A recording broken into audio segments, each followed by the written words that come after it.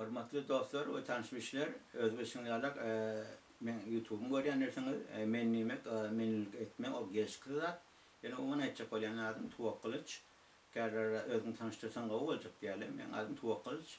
Özüm Muhammediň ogly. Türkmen şäherinde doglan.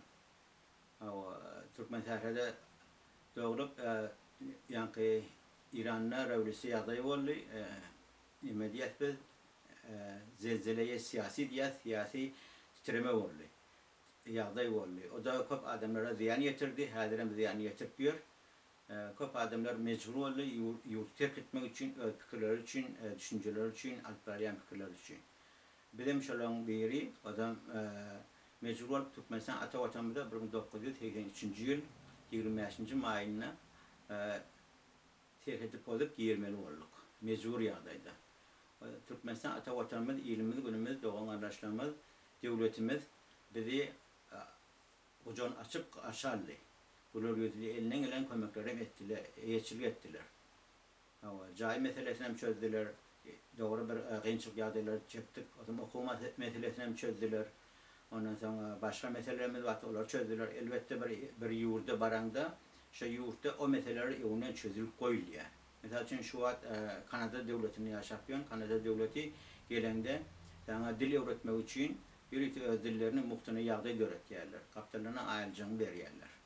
Ondan sonra kuartinat yaşayan mı, ne diyet kreni yaşapıyor mu, o krepulman veriyorlar. Ne o bağlı, ne emigrasyona değişli, emigrasya, o bir yıl veriyor, şu yağdayı öğretiyor. Ondan sonra bir yıldan sonra başka bir bölüme, social worker diyorlar ama, sosyal aytýasaň o bölüme geçip oradan berip durýar. Eger sen iş tapylmaz, kodyňa işlemeýänmiň, ýa kazancıň az bolsa o ýagdaýlar. O ýagdaýlar bilen özlerine bilen konstitusiýasyna we hada kanunyna we bilen bosgulary eýetçi getýärler.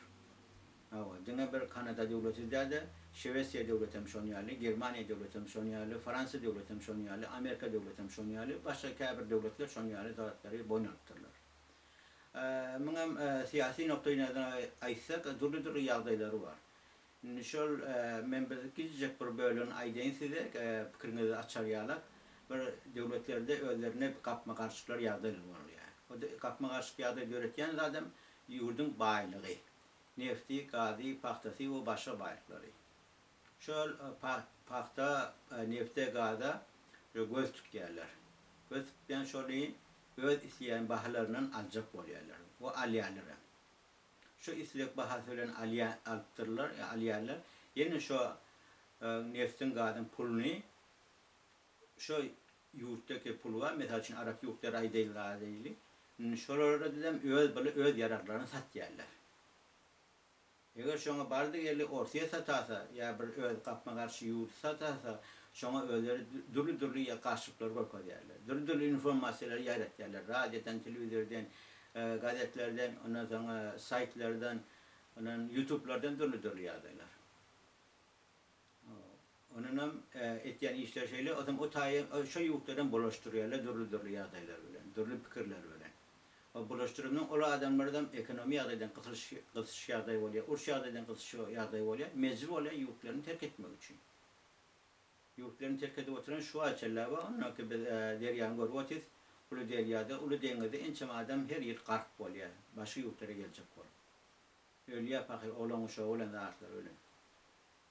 Ne niýetler bilen çykyp gaýtýarlar, näle arzular bilen gaýtýarlar, ne ýollardan söküp gaýtýarlar. Indi ýöne jogap parahat bilen ýa-da dämi başga durly ýagdaýlar bilen zatlar. Şu adam dämi ýanky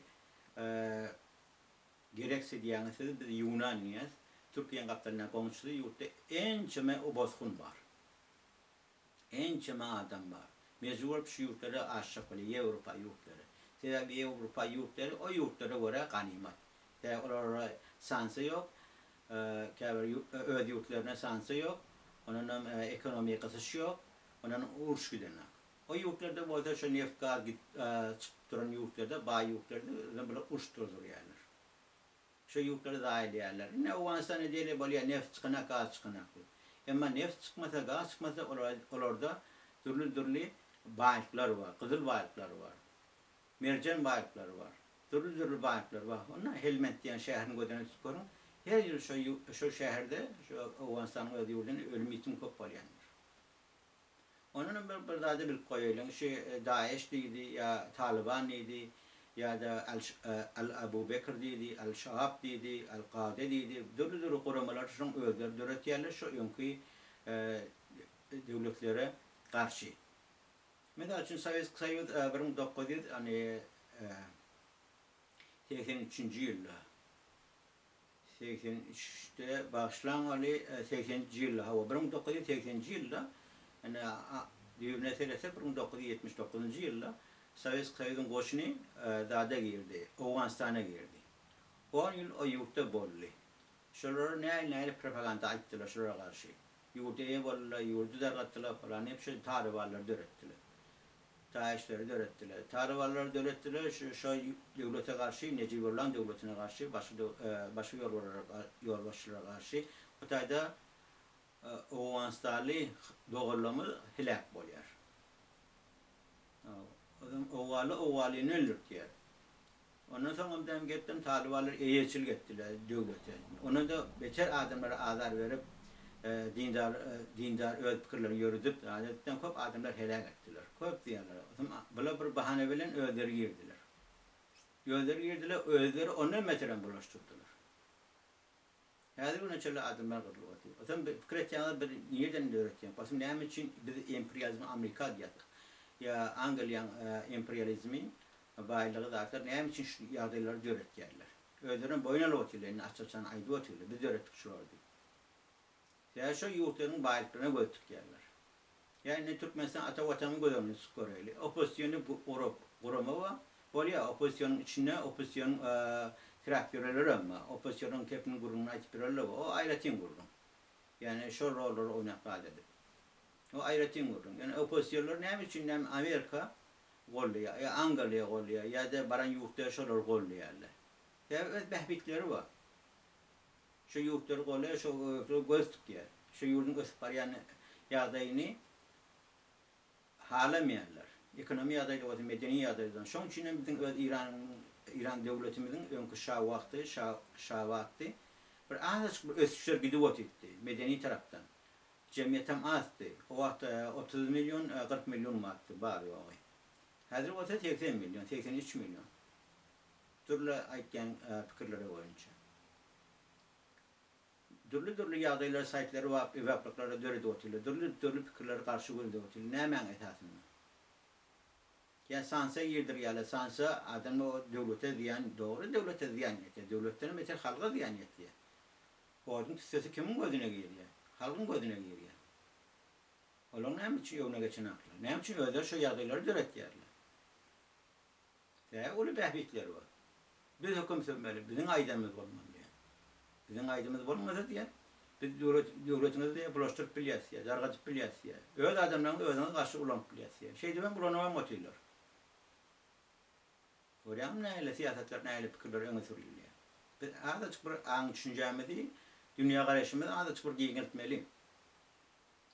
Bu oylar nereden gelip çıkıyor? Ne için şu oylar döret yerler? Ne mi kapma karşılık döret yerler?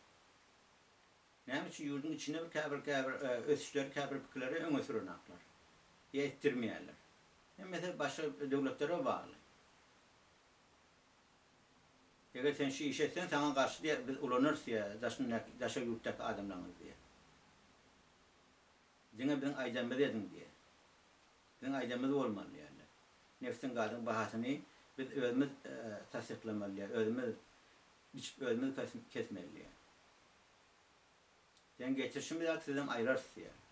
İran'ı kodunu sıkıyorum. Afganistan'ı kodunu sıkıyorum. Ne için şu devlet yolbaşları getirdiler, ne için hem ayırdılar. Ne için en küçük bir ses çıkaran adamı, mesela için Haşimi Rafsanjani, ya Doktor Beheşti değil, ya Bahoner değil, ya Recai değil. Aradan ayırdılar. Ulan prezident ağırladı. Prezidentlerim şu an bilip koyun, kuzasın nedir? Ya Birleşen Halklar Kurulması bütün dünyada bulup veren cinayetlerde aktarı görmen otimi, orada gözasınlar. Yurdun içinde hukuki komitetleri var, orada gözasınlar değil mi? Orada gözasınlar. Onun içinde de seyredilyen var. Onun akyanız mümkün kemçilikler ne için işsizlik meselelerini çözmeyenler, oğurluk meselelerini çözmeyenler, para horluk çözmeyenler dip. Yok, onlar çözseler oluyor. Onların özlerine bahane veriyorlar. Bahane veriyorlar şu özler şu iş etsinler, erteki gün bunu arkan tutuyor.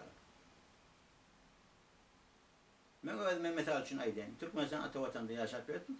Üniversitede götürdüm. Türkmen filologiyasını onun muallimden biri. Ayette toğuş dedi, gayret etti sen ştayda kal idi, yurdundan terk etip görmediydi.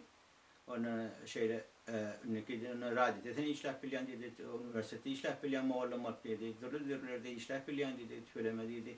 Bir küçem dilen bilen dedi, o has kavuzat dedi, yaşını yalıp.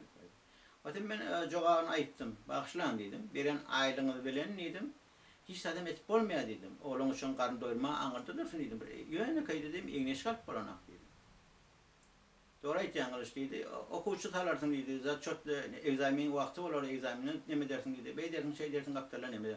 Onu ansatacak oluyor da dedim. Ben özüme bahane veriyen dedim. Özüm aktamal oluyor. Halan vaktlar bulan dedim. Beh tuvakkuş dedi. Ha var. Şu an hali yazdı. Ya da bir polis ya gayiye yenevlatel ne için para alıyor. Yoksa belli var o tirajın nailin cahil, avdan cahillerin kuruluptur. Ya orgun işgalleri, ya odan cahil var. Ya şey şıgavi, durmuş şıgavi, oğulgıydı, qavi yerde o kapıyor, yukarı cahillerde o kapıyor, daşırlıklarda o kapıyor, ya yurdun içinde o kapıyor. Nahil var ya. Şu aylık kulluk bile bunu var benim kalip, kret yani. Yok, elbette, paralıyet. Elbette başka yağdayların yollardan nemet ya. Doğru, kevr adamlar Suudi etti, Suudi evden çöplerini tapıyor, kavga uçağlar, kuruyalar. Ne diyorsun? Ama sisteme açacak olan sistem nehli yağdayı görek yani. O yurtla bilen bir yurt yanaştırıp koysan bir yurtun nehli sistem yağdayı görek yani. Mesela bir polis aydaydı. Polis takatını 45-50 dolar alıyor. Hava, Kanada'dan dolar öyle. 5 dolar, 7 dolar tavavut oluyor, Amerikan doları öyle her önemezsen. Yani 45 dolar, 50 dolar diyelim. Ama hem zaten üçün yarağı var. Telefonu var, hem yağdayı var. Hiç ili para alıp bilmeye alacağım buranın. Ise çılptı. Onun aylık kulluğu yeterli. Onun için devlete şu sisteme hizmet etmeli. Şu sistem ne buyruğu varsa şunu yetirmeli. Ama öderin dışında da alıp polisler dağıtlar kaharcan, kavlar ama erkekler ama kaharcan kevri yağdayı atıp koyuyor yani. Kim ona cevap veriyor? Dine Suudi işi de vardı. Bari yol bir atıldı adam nemet korsa bir 2 yıl 3 yıl veriyorlar ama ulan turmeler başa tutuyor. Ama biz Türkmenistan polisinin gözlerine tutuyorsak Türkmenistan polisi uğrayan yençiyan hapishederim ihtiyanı zaten ama yani yarar yoktur. Atyan nedir? Yani açık olan zaten bir tüysüzü yaşayış durmuşa ünük duracak bu ya. Bir tüysüzün gözünü oğuzunu alacak bu ya.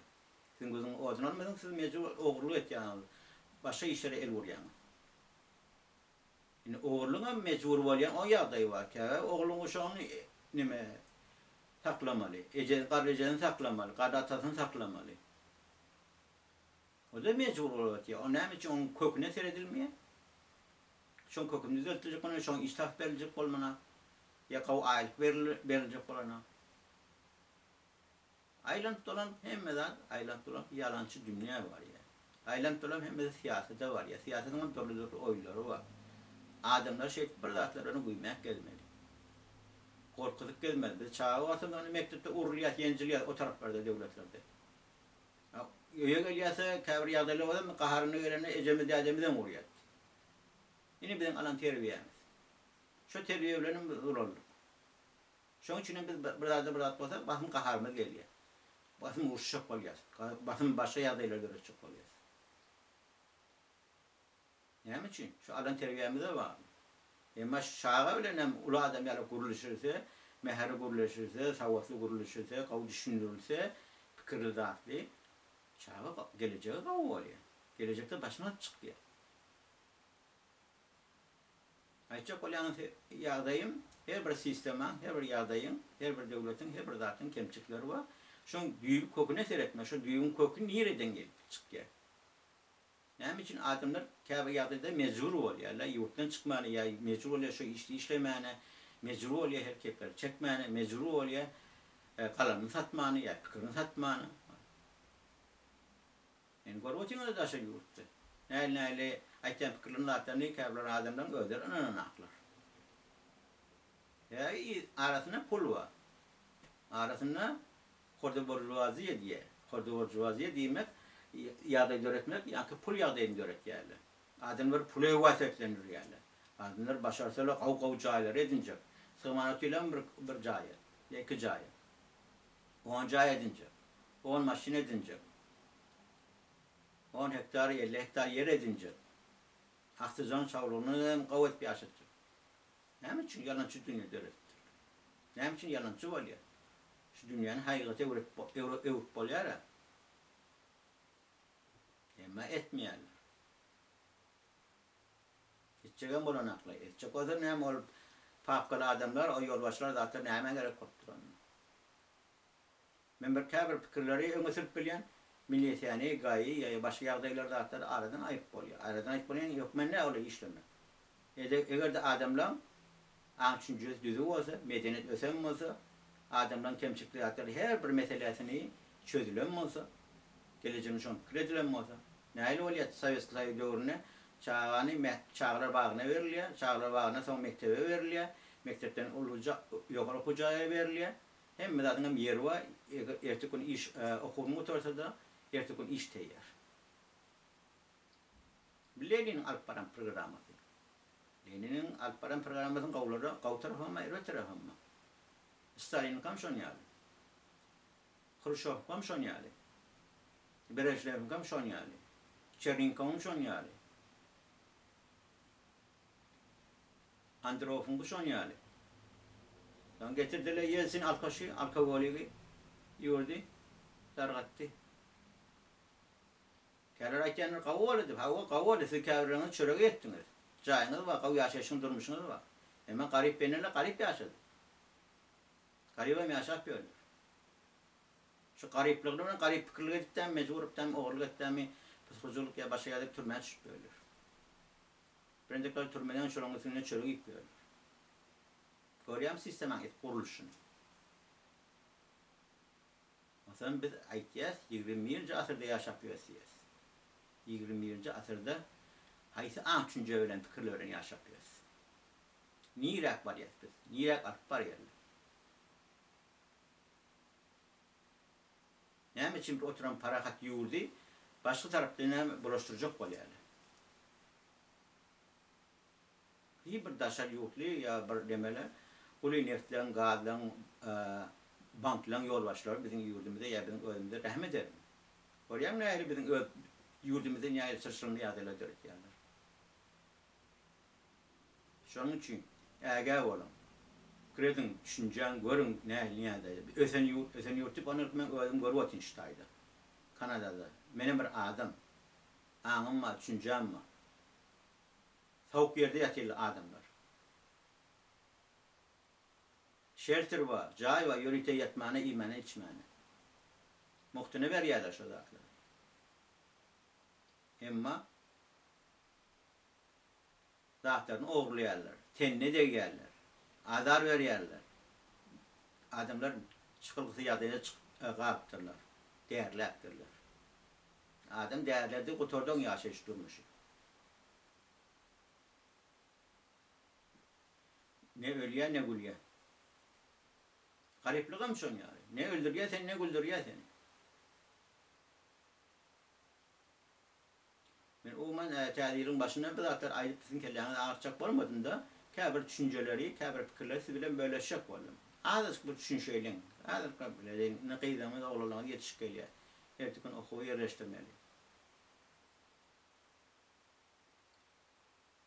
Ondan bir zada düşünün, her döwlet ýolbaşçysy ýa her zadyň özi biziň istemizde boýunça bolýan nädir? Sözler aýtýanlar. İran döwletine aýdýarlar, gelin. Khomeiniň tut, gelene başda sözler aýtdy, siýasat diýilýär ona. Ama mühendis Bazargan ile onu aýtýan keplerine güldi. Bu tarapdan qahar geldi. Aýtdy, toğuňyzy, suwuňyzy, gazyňyzy muhtar dersi, awtobusyňyzy muhtar dersi. Näme hasap hesabini. Eziwan bolýar şo zatlar. Pullar ýok, pullar ýok de. Baý ýurt. Pullar köp. Devletin pulu köp. Ama değil mi adamların gözleri garip yaşasın yerle. Var yaşasın birek güne şeytan yaşaştırmışsın emesin yerle. Başarayı vasın hiç yaşanın siyasete fikir etmesinler yerle. Düşünceleri etmesin yerle. Halk devlet, halk diye savusuz kalsın yerle. Ola zatlar birleşen edilir. Ama Hümeyni'nin izinden Hamene'nin izinden Yankı Refsanjani, Hatemi, Ahmedi Nejat, onun önce Yankı Beni Sadır devlet yolu başçısı oldu. Hazır ki bol oturan Yankı Hasan Ruhani'ye mi geldi? Hasaniyet biz. Hasaniyet'le paşa. O Hasan Peygamber'in oğlunun adı. O yerine. O da yine aşağıdan yine oturuya vakti. Ondan sonra yani başka bir yerin getirirler. Ya böyle öyle adamların koyuyor. O da şunu yazı 100 liraydı. Ama yurtta ötüşüp olmaz. Kurulu ocağızları. Yani yeni adamlar, yeni basınçlar çıkıyor. Adamlar koça çıkıyorlar. Hükümete karşı gidecekler. Urluyorlar, yenciliyorlar. Türmeye batılıyorlar, atılıyorlar. Ne mi? Birleşen Halklar Kurulması görmen ötemi. Ya bir demokrasi diyen adamlar görmen ötemi. Şun ödül koyan adamlar şu devlet yolbaşılarını. Şun bir koyun. Ben bizatlarken siz düşünecek olan siyasetten taşırak durun. Siyasi oylarından taşırak durun. Şunu düşünecek olan. Ölçünce. O bahatsızlık var, yana kemçilik var, başka aktar var, aktar. Onlar birleşen devlet yerler. Ne devletin gücü yok mu, ya da yok mu saatler devletmeni? Ya komşu yurttan alıp vermeni ya da yok mu? Cemiyet özü oti. Her gün, her yıl özü oti. Ama cemiyeti özmeğine ne için fikirleri sıranaklar. Ne düşünceleri sıranaklar. Ne için savunmasızlık getirip otiyorlar. Ne için narkotikleri yer ede otiyorlar. Ne için başka hakları yer ede otiyorlar. Adamlar da aile otiyorlar. Ama Türkmenistan ata vatanı öğren yevmekte. Narkotik evine geçiyor. Gençlik görün en güde uğrayalım belki de uğrayalım. Sabrımın atayısını da uğrayalım, her güde uğrayalım. Devlet başarsa sizi korak ediyor. Para kaçırığı köp ins veriyor. Ama siz devlete bahane vermeliler, içki demedim. Yani neşematıdan ulanıp ya ne doğru işler edip siz bahane vermeliler. Onları bahanen gidine getiriyorlar. O ne ahilli oluyor? Ölme 38 yıllık yaşak bir taşır yurtta hiç ili Türkmenistan'a bir bahane vermedik. Bir ölme tısırlı, basırlı, başka işler. Kabir yardırları var, çok az sonra ait ettim. Ama orada biliyor, orada düşünüyorlar. Orada adam ha. Orada biliyor. Ama yavaş yavaştan bolyan da atır diyorlar. Ayetlerim doğru. Her bir öyde, her bir ocakta, her bir devleti kemçili vaziyeten köptür. Ben Kaysalak geliyen, Kaysalak vaten başlam. Açma diyemez atlam köp. Yani diysen dine bir doğru söz olmamı mümkün sizlere. Ama yaşınız ulaşsa bilirsiniz. Neyse verse, Allah Teala yol verse, 50 yıl, 60 yıl, 70 yıl, 80 yıl, 90 yıl yaş versin. Yaşın uzak olsun. Hop zatlara düşünürsünüz. Ha dersiniz. İşte hadi ben biraz ayıp geçeyim. Çağı vaktin adamın gücü ayağına oluyor. Orta yaşta olsa adamın gücü ya. Tavatıyor adam diyen ayağın maşalıyor. Kadın tavatıyor. Biline oluyor. Karrana yaş ulaşanla diline oluyor. Onunla yaşlılar geçen günlerini yatlak ediyorlar. Orta yaşlar olsa ümit arzuyla yaşıyorlar. Oğlunu yarayacak, kıyını yarayacak, kıyını durmasa çıkaracak, cahil kuracak, şu an mendeştaklar. Dünya kuruluşu şu. Şu dünya kuruluşunu bir doğru peydalanacak kolaylı. Doğru olacak kolaylı. Gitmeyelim neşemattan iyiden. Gitmeyelim kavir oynakların iyiden. Oynak olmayalım. Kıyıskı ömür bir. Şonsuz adamlar ence adamlar gariplikten ya keselçikten aradan yok olup otuyorlar, gör otuyorlar. Spolyara şolara, düzelt spolyara. Mahtiyada yok kavgada. Kriz pul verilse şolara. Sağlığına seyret spolyara. Men karşıda mesela için içýäňi diýe içýäň gowruny hoş gelýän zaten diňe sağlyk bolsun diýip o sağlyk ejesini işini görýär. Yani ejesini diýip men bir söz ulanýan, yani sağlyk dargatýa işini görýär diýip aýsamam bolýar. Ejesini gawy düşünsin diýe. Şonuň üçin ýaşaşda durmuşda başarsak özümüz ağlamaýly.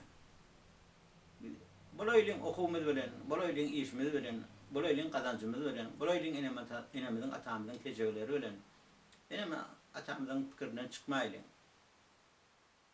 Nesihatyny alaýly. Ola bizden öňçe dünýäge getirler. Ola dünýäge gelip, ululdup, dülmüş gorup, ululdup bizi dem özlerini undupdyrlar.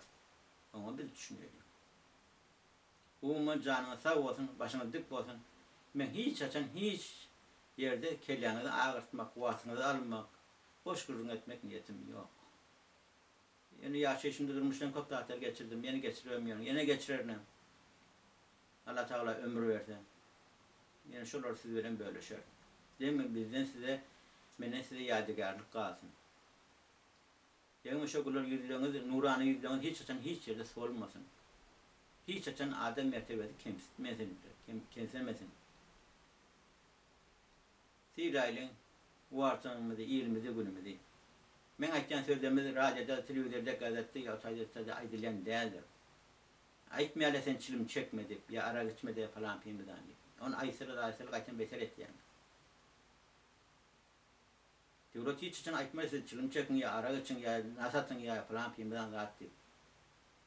Aýtýa etmän şo işler dip aýtýan bolsa, diýen bolsa bir sebäbi bardyr. Döwlet bilen hiç açan öňüňiz deňeme. Döwlet ýa zadyň tawşuny araba bilen tutýan döwletdir. Hiç açan hawluk nädir? 1 ýyl ýaşyn, 2 ýyl ýaşyn, 5 ýyl ýaşyn, 10 ýyl ýaşyn. Şonu öwrük bilip goýun. Döwletlerem başga döwletlerin döwleti ýolbaşçylaryň başgalary getirýändir. Başgalarym getirýänler, ulanandan soňra näçilen soň aýyrýandyr. Şonu bilip goýun. Bilýänlersiňiz. Ýene bilmeýän käbir ýaş nesillerimiz bar.